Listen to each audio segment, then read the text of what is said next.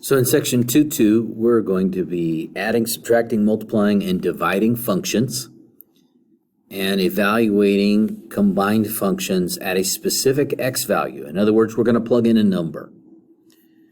Then we're also going to be finding the domain, I should say, of different combined functions, especially those expressions in the denominators. But pretty much all of these combined functions we're going to be looking at. So let's take a look at questions 1 and 2. All right, in question 1, what we did, we were being asked to add the two functions together. Now, notice that the notation that is being used, f plus g of x, I don't really like that notation. So what I've tried to do is highlight what I do like. F of x plus g of x. These two things mean the exact same thing, which I like to put things vertically. I like to put things in the like columns, like here's the constants, here's the linear terms, and add them together. Now, there's two different ways to do the second part because now they're asking me to plug in 6. Do I take my equation from part A and plug in 6 there? That is one way to do it if you feel comfortable with your work from the first part. If not, then you are going to plug 6 into each individual function, calculate those, in this case 30 and 16, and then add them together to get 46. Notice that these two things should match each other. But either way, you can find the answer, which in this case is 46. Whoops. Second question. So, adding the two functions together. Now remember, in the last example, I put them in like columns. But the x squared is not in the same column as the x, which is not in the same column as the 8. None of the terms have any like terms to add together. Therefore, we can just add straight down the columns and get the final answer, 3x squared plus x plus 8. That's for the first part when we're adding the two functions together with the x's. Now they're telling me to plug in a 4 for the second part. Well, notice what I did. I took a 4 and I plugged it into those two x's. And then we calculated it.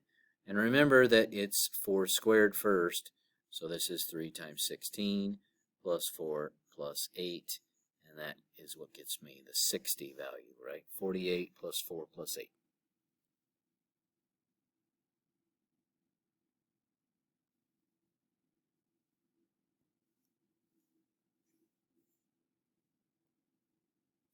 Let's go to the second page.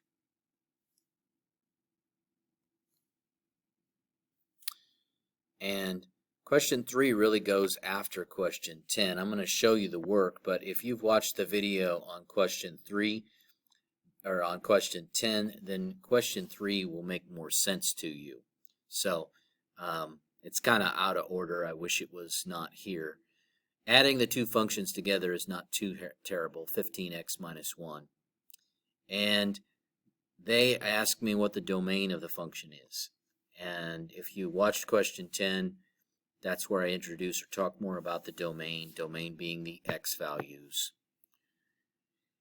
And they want to know what are the possible x values. I talk about, and you can see in the picture right here, I've drawn a picture of the graph, and it will continue to go on forever and ever and ever in both directions. Now, I understand it's a lot more steep than some other lines. So we end up with, if you push all the points onto the x-axis forever and ever and ever, you end up covering the entire x-axis, and that's why the domain is all real numbers.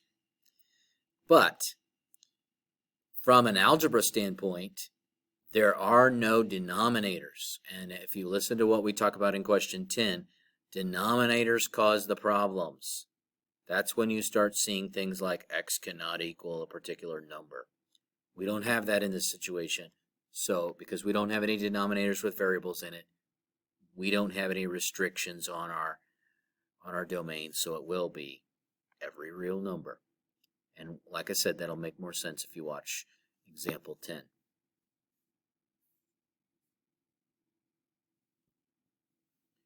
On question 4 here, back to the adding and subtracting. We are in subtraction mode now. I want you to see that I wrote the f function first, the g function second, and then I put a subtraction symbol in there. I did have to put a parentheses around the second fraction because this negative is going to get distributed to both of these. Now notice what I did below that in the orange. First, I wrote the original equation. And then as I distributed, like the -1 to the 9, I wrote that in its own column because there was nothing. The first one had a squared term and a linear term. Well, then when I distributed the negative to the last one, I got a positive x, which is a linear term, and it goes with the -3x. So I put it in its like column. And then, as I said before, we would add down the columns, add down the columns, add down the columns. And so we get this, x squared minus 2x minus 9 for the first expression. And then in the second part where I have to plug in a 4, and I plug in 4 squared minus 2 times 4, that's 16, minus 8, minus 9, and that gives me -1. Just plugging in a 4. That's all we're doing.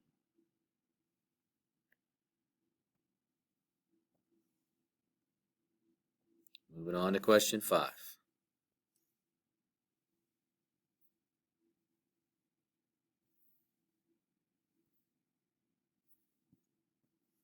Question 5 doesn't ask me to plug in x's. It asks me to plug in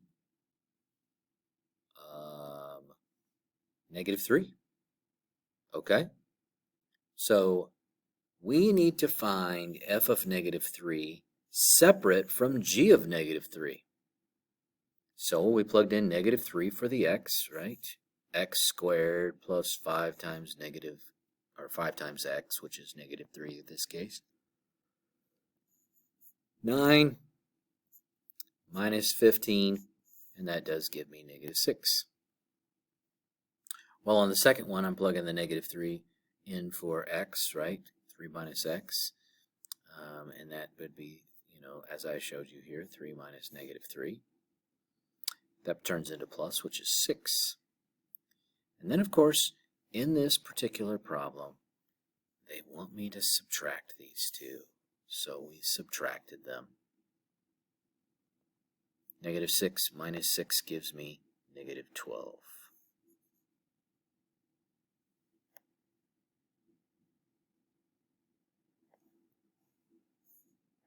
Oops. On question 6, they want me to multiply f of 2 times g of 2. So separately, we want to find each of these two things. F of 2, let's see here, 2 squared plus 5 times 2, that gives me 14, right? 4 plus 10. And then on the other part, 5 minus 2, that gives me 3. And when I multiply 14 and 3 together, I get 42. Not 52. That'd be 4 times 13.